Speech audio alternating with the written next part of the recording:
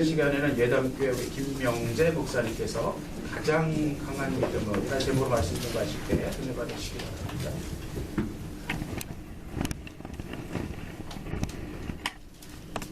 마스크 벗어도 되죠?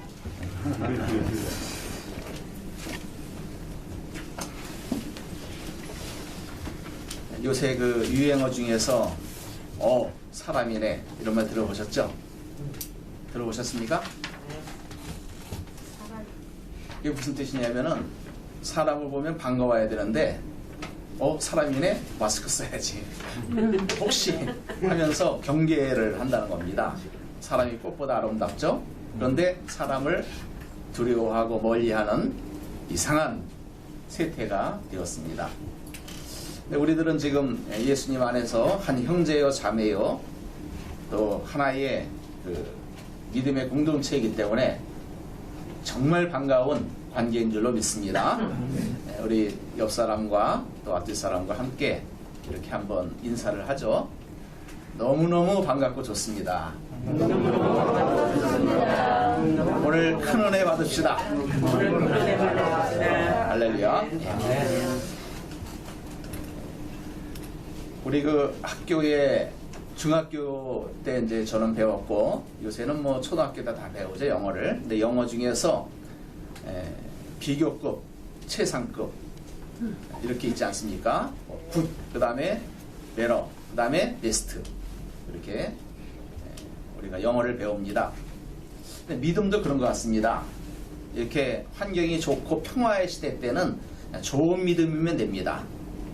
교회의 어떤 그 규례에 따라서 뭐 주일 성수하고 또 11조하고 그리고 봉사 열심히 하고 그러면 좋은 믿음이다 이렇게 평가를 받습니다. 그런데 성경에는 좋은 믿음에 관한 이야기는 별로 없어요. 큰 믿음이라는 것이 있습니다. 큰 믿음. 내 믿음이 크도다. 내 소원대로 되리라 할 때 이 큰 믿음은 역사하는 믿음입니다. 개인적인 문제가 있을 때 또 하나님 앞에 해결돼야 일이 있을 때 그때 이제 하나님 앞에 큰 믿음을 보이며 행동할 때 하나님의 역사가 일어난다 이렇게 볼 수 있습니다. 대개 보면은 이제 개인적으로 이렇게 큰 믿음과 또 작은 믿음이 정해집니다. 그런데 최상급의 믿음이 나옵니다. 그게 무엇이냐면 강한 믿음이 나옵니다. 이 강한 믿음은 어떤 성격을 가지고 있느냐면은 환경과 어떤 큰 대세와 그리고 타의에 의하여 믿음 생활을 하지 못하는 관계 그런 환경 속에서 믿음을 지키고 하나님의 뜻을 열매를 맺는 그때 강한 믿음이라고 볼 수 있습니다. 군대가 강해야죠. 군대가 약하면 뭐 전쟁이 지지 않습니까? 그리스도인들도 바로 이 강한 믿음이 있어야 됩니다. 우리 한국교회가 그동안 좋은 믿음 또 뭐 큰 믿음 이런 것으로 이렇게 이루어졌다면은 지금 한 뭐 10개월 됐나요? 9개월 10개월 동안 예배를 잘 못 드리는 이런 타의적인 환경 속에서 이 강한 믿음이 되지 아니하면은 안 되는 시대가 되었습니다. 저는 이제 목사이기 때문에 현장에서 우리 성도님들을 보게 되면은 예배드리지 못하게 하잖아요. 그럴 때 이제 예배를 못 드리고 안 모이고 대면 예배를 못 드리는 이것에 관하여 성도들 한 50% 정도는 좋아하고 있습니다. 좋아해요 아주. 왜요? 뭔가 모르게 얼굴에 이렇게 좀 화색이 돋아요. 교회에 속박되어서 매주 나와야 되는데 뭐 슬그머니 이제 뭐 주말에 뭐 편하잖아요. 놀러 갈 수도 있고 대면 예배 못 드리니까 비대면 예배 온라인 예배 드리면서 뭐 여러 가지 방법으로 하는데 처음에는 좀 하는 것 같더니 나중에는 별로 안 합니다. 그래서 다시 정상적인 그 대면 예배의 그 상황이 되었을 때 몇 프로 정도 다시 교회에 모이겠는가? 목사님들끼리 모이면은 한 30% 떨어질걸? 아니야 50% 떨어질 거야. 아니야 한 70% 떨어질지도 몰라. 이런 이야기들을 목사님들이 분석해서 합니다. 강한 믿음이 아니면 안 되는 시대가 된 줄로 믿습니다. 아멘. 제가 이제 여기 오면서 한번 생각을 해봤습니다.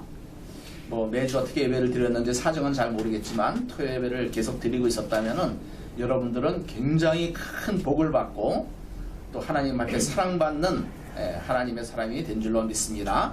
왜냐하면은 제가 이런 생각을 했어요. 제야의 고수들이라는 것이 있잖아요. 목사님들이 여러분들이 이제 번갈아 오셔가지고 말씀을 전하는데 그 중에 아주 고수들이 있지 않겠습니까? 근데 한 교회에서 한 목사님 설교만 듣고 잘 잘하는 것도 중요하지만 이렇게 좀 고수들이 와가지고 이렇게 좀 설교의 진액을 매주 토요일마다 이렇게 받아 먹고 실천한다면은 여러분들은 엄청난 하나님의 강한 신앙으로 될 수 있겠다 이런 생각을 해봤습니다. 믿으시면 아멘 하시기 바랍니다. 아멘. 근데 또 한편으로는 걱정이 있어요. 그 걱정이 뭐냐면은 은혜를 제일 못 받는 사람들이 전도사라고 하잖아요. 신학교 처음 들어가서 한 1년 배우면은 아무 데 가도 은혜 못 받습니다. 왜냐면 자기가 똑똑하니까. 그리고 진리대로 딱 평가를 해요. 판단을 해요. 그래가지고 지식은 교만을 낳습니다. 그래서 성경 지식이 많고 신학을 공부한 사람들은 웬만하면 은혜를 못 받습니다. 웬만하면은 다 시시해요. 혹시 여러분들도 그럴 가능성이 있어요, 없어요? 안 웃으시네. 찔리죠, 좀. 예. 저도 그렇거든요. 저도 뭐 웬만한 설교 들어가지고는 뭐 은혜를 못 받아요. 제가 그냥 성경 읽으면서 은혜 받을 때가 많죠. 제가 이런 말씀을 왜 드리냐면은 만만치가 않다는 것입니다. 신앙생활이 그렇게 만만치가 않아요. 그냥 내가 잘하려고 해도 핍박이 들어오고 어떤 환경이 달라지게 되면은 그냥 나가 떨어지는 것이 뭐 부지기수입니다. 그래서 강한 신앙으로 훈련시키지 아니하면 이 시대의 알곡이 될 수 없다라는 어떤 요 한 1년 사이에 우리의 환경이 이렇게 있다는 것입니다. 제가 이렇게 서론을 길게 하는 이유가 오늘 본문의 이 내용을 배경으로 제가 먼저 서론을 이 말씀을 드린 것입니다. 자, 오늘 3절에 보게 되면은 예수님을 믿기 전에 거듭나기 전에 우리의 상태가 나옵니다. 뭐 설명 안 해도 다 이것을 시인하겠죠.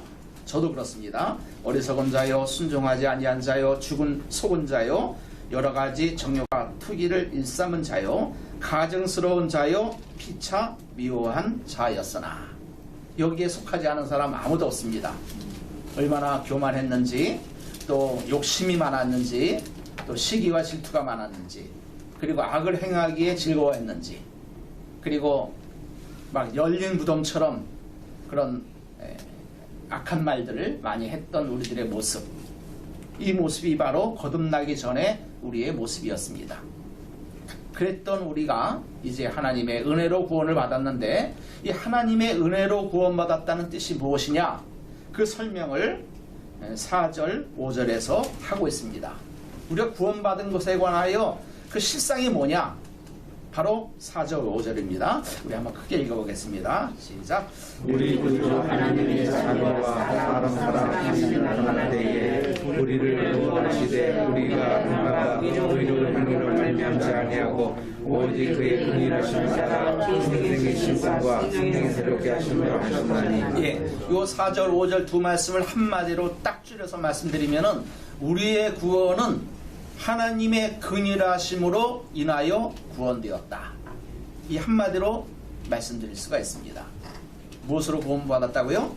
하나님의 긍휼하심으로. 이 긍휼하심이라는 말은 불쌍히 여겼다는 것입니다. 불쌍히 여겼다는 것. 제가 복음을 전할 때 로마서 1장을 가지고 전할 때가 있습니다.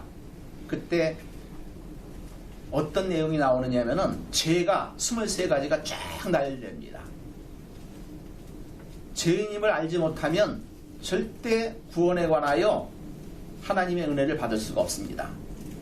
환자가 병원에 가서 나 안 아파요. 죽어도 안 아파요. 그러면 의사가 더 이상 뭐 손댈 수가 없습니다. 아파요. 고쳐주세요. 그러면 고쳐주는 거예요. 그렇듯이 인간은 하나님 앞에서 철저하게 절대 부패된 인간이고 절망의 존재임을 시인할 때 그때 비로소 하나님의 은혜가 들어올 수가 있는 것입니다. 자, 이 말씀은 어떤 뜻이냐면은 우리의 신앙이 대부분 어떤 식으로 되어 있느냐면은 내가 구원받을 수 있는 어떤 자격이나 노력이나 뭔가 소질이나 뭔가 환경이나 이런 게 있어서 구원받았다는 생각을 조금이라도 하고 있는 거예요. 그럴 때 어떤 생각이 드느냐면은 구원에 관하여 나의 행위가 들어가는 것입니다. 여기 보면은 행위가 절대 들어가면 안 되죠. 내가 무엇을 해서 하나님 앞에 구원받았다는 사실은 절대 없는 것입니다. 완벽하게 지옥에 떨어져 있는 그 상태를 하나님의 은혜로, 하나님의 긍휼하심으로, 불쌍히 여겨주심으로 나를 구원하셨다. 이 하나님의 긍휼을 믿는 것이 믿음입니다. 내가 뭐 똑똑하고 노력을 많이 하고 성경 많이 읽고 열심히 해가지고 내가 믿음이 자랐습니다 라고 하는 순간 이것이 쌓이고 쌓이면 어떤 신앙으로 바뀌느냐 하면은 바리새적 신앙으로 바뀝니다. 이 바리새적 신앙은 행위에 근거를 둔 것입니다. 하나님 앞에서 내 자신이 무엇인가 의롭다고 내세우는 것입니다. 그러는 순간 신앙이 어떤 신앙이 되느냐면은 근거가 나한테 있기 때문에 하나님의 강한 믿음이 나한테 들어와서 역사할 수가 없게 됩니다. 자, 그래서 이제 코로나 이 사태를 통해서 생각을 해보는 것입니다. 자, 예배드릴 수 없는 환경, 성경도 잘 못 읽고 기도도 못하고 이러면서 내 자신이 점점 어떻게 되죠? 하나님의 은혜로 떨어져 나가죠. 그런데 진짜 신앙을 가진 사람, 하나님의 긍휼을 믿는 이 믿음을 가진 사람은 어떻게 됩니까? 하나님의 은혜 아니면 다른 것이 없죠. 하나님의 긍휼하시 아니면 나한테 소망이 없죠. 이러는 순간 내가 어떤 역경이나 어떤 핍박이나 어떤 조건이 와도 나는 하나님의 은혜를 받은 자고 하나님의 강한 손으로 나를 긍휼히 여기기 때문에 나는 예배드리고 믿음을 잃지 않겠습니다 라는 중심이 쓰게 되는 것입니다. 우리 모두에게 이 은혜가 임하시기를 주의 이름으로 축원합니다.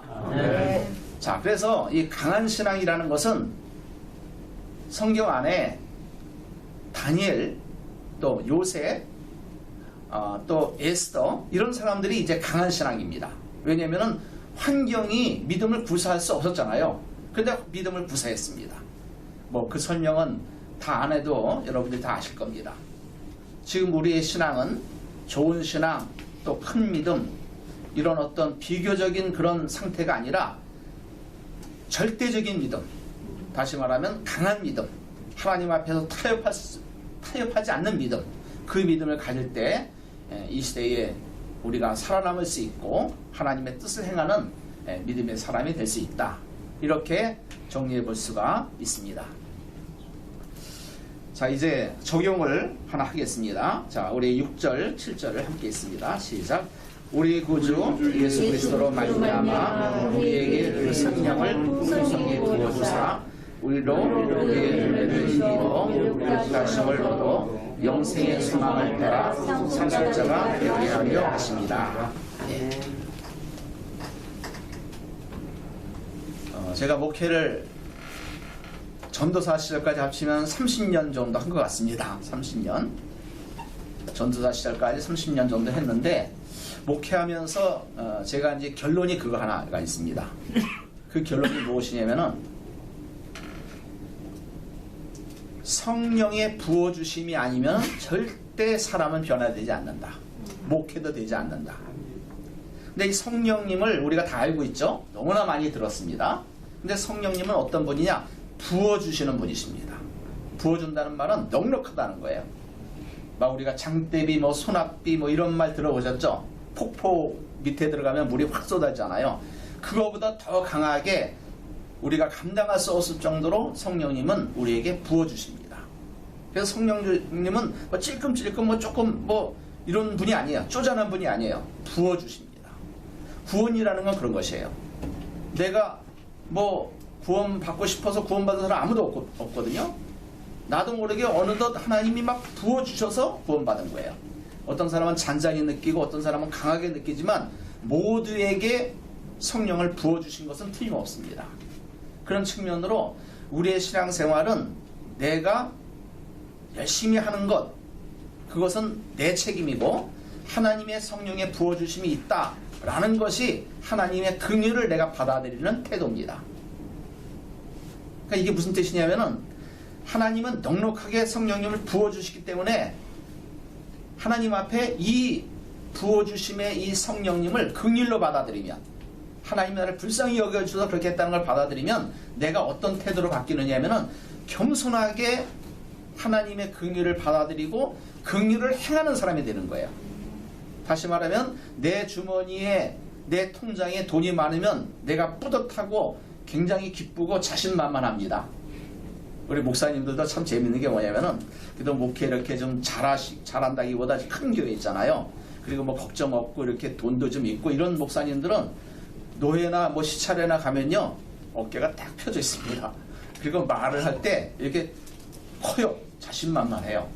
근데 어려운 목사님들 많죠. 그런 분들 이제 오시게 되면은 그냥 말로 못하고 이렇게 그냥 막 구석에 있고, 그러면 조금 있다가 가버리고 이러면서 기가 죽어요.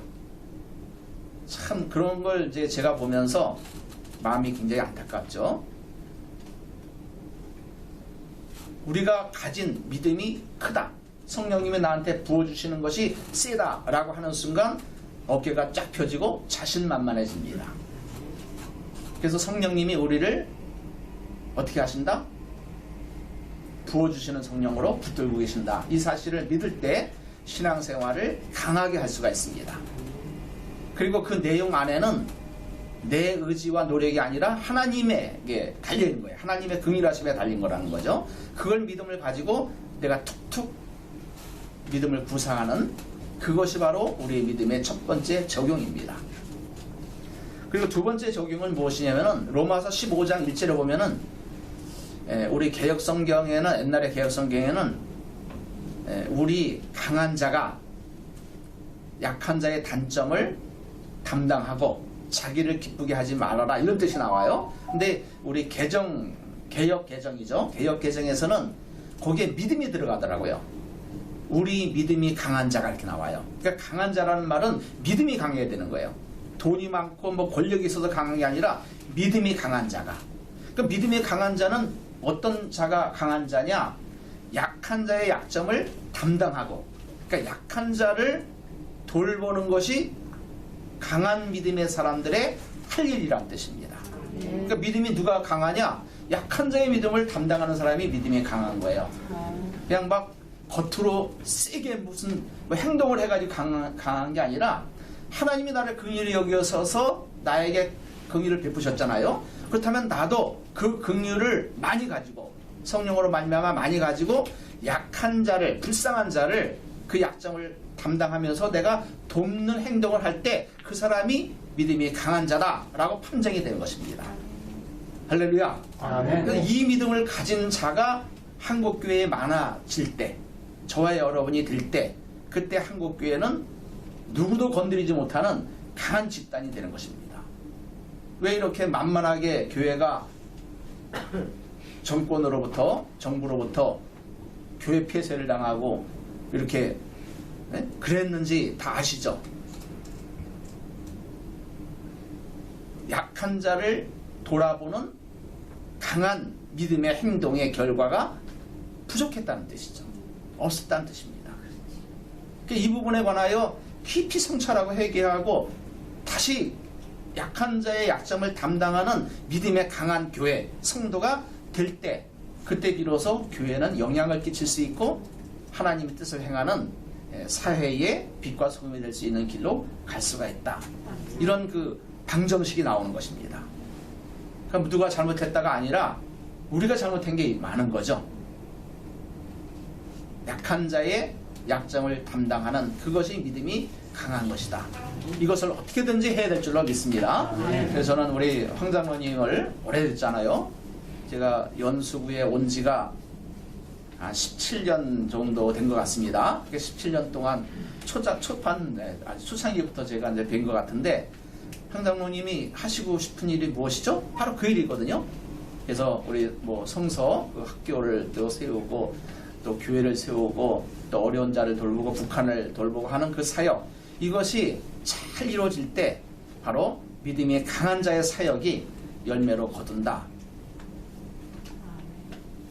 믿으시면 아멘 하시기 바랍니다. 그래서 열심히 도우시기 바랍니다. 기도하시면서 협력하시기를 주의 이름으로 축원합니다. 네. 자, 그래서 저는 오늘 결론으로 이런 말씀을 드리고 마치려고 합니다. 칼바르트가 그렇게 이야기를 했죠. 목사는 설교할 때 한 손에는 성경을, 한 손에는 신문을, 이런 말을 했습니다. 그래서 저도 웬만하면은 이제 교회에서는 정치 이야기 안 해요. 왜냐면 이게 두 패가 나눠져 가지고 정치 이야기하면은 아무리 이야기해도 이 확증 편향에 빠진 사람들은 시험 들거든요. 한쪽 편을 들면. 그래서 저는 그런 얘기를 안 하는데, 제가 볼 때는 여기 뭐 정치 성향이 강하니까 제가 이제 얘기할 수 있는데, 분명한 것은 우리가 무엇을 해야 되느냐? 바로 하나님의 뜻을 행하는 가장 기본적인 중요한 일, 그것이 바로 아까 이야기한 하나님의 긍휼을 흠뻑 입고 그걸 알고, 그래서 낮아져서 겸손해져서 이제는 긍휼을 베푸는 자가 되는, 그 긍휼을 베푸는 자는 우리가 약한 자의 단점이라고 이야기하는데, 그것은 제가 볼 때는 누가 될 수 있느냐? 정권도 될 수 있는 거예요. 대통령도 될 수 있는 거예요. 김정은도 될 수 있는 겁니다. 왜요? 약한 자들이거든요. 그들은 아주 불쌍한 자들이거든요.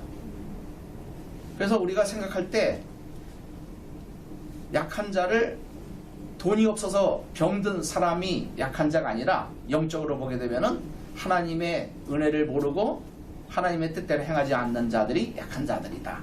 그들을 향하여 우리는 큰 마음과 큰 강한 믿음을 가지고 그들을 위하여 불쌍히 여겨줄 수 있는 그런 차원까지 갈 때, 그때 비로소 하나님의 뜻이 이루어진다. 이렇게 결론을 내릴 수가 있습니다. 큰 믿음을 가지시기 바랍니다. 큰 은혜를 받으시기 바랍니다. 그리하여 오늘 말씀대로 누가 강한 믿음이냐라고 질문할 때 내가 강한 믿음입니다. 어떤 환경도 이길 수 있고 어떤 핍박도 이길 수 있는 강한 믿음입니다. 그리고 그 내용으로 들어가서는 하나님의 긍휼 앞에서 내가 낮을 때는 낮아지고, 그리고 그 주님의 마음을 품고 하나님의 마음을 품고 약한 자들의 단점을 담당하면서 저들을 위하여 도울 수 있는 그런 차원까지 실력을 키우는 십자가의 군병으로 믿음의 승리를 이루시기를 주의 이름으로 축원합니다. 기도하겠습니다. 전능하신 하나님 아버지, 감사드립니다. 이 시대는 강한 믿음의 사람을 요구하고 있습니다. 우리가 강한 믿음의 사람이 되게 하여 주시옵소서. 하나님의 긍휼하심을 입어서 구원받은 우리가 이제는 영원한 소망, 구원을 받게 되었사오니 이 구원을 우리가 누리게 하여 주시고 이 구원을 전파하게 하여 주시고 구원에 관하여 이렇게 가난한 자들에게 전할 수 있는 믿음의 강한 자들이 되게 하여 주시옵소서. 어려운 이 시대에 우리가 하나님의 강한 믿음의 군사가 되어서 쓰임받게 해주시고 하나님 앞에 정말 의로운 손으로 붙들려서 쓰임받을 수 있는 은총을 받게 하여 주시옵소서. 우리 귀한 황 장로님에게 큰 은혜를 베풀어 주시고 성령의 부어주심이 있게 해주시고 특별히 시대를 이끌어 나가는 통찰력과 지도력을 가지고 쓰임받는 하나님의 사람이 되게 하여 주시고 많은 협력자들과 함께 주의 뜻을 이룰 수 있도록 역사하여 주시옵소서.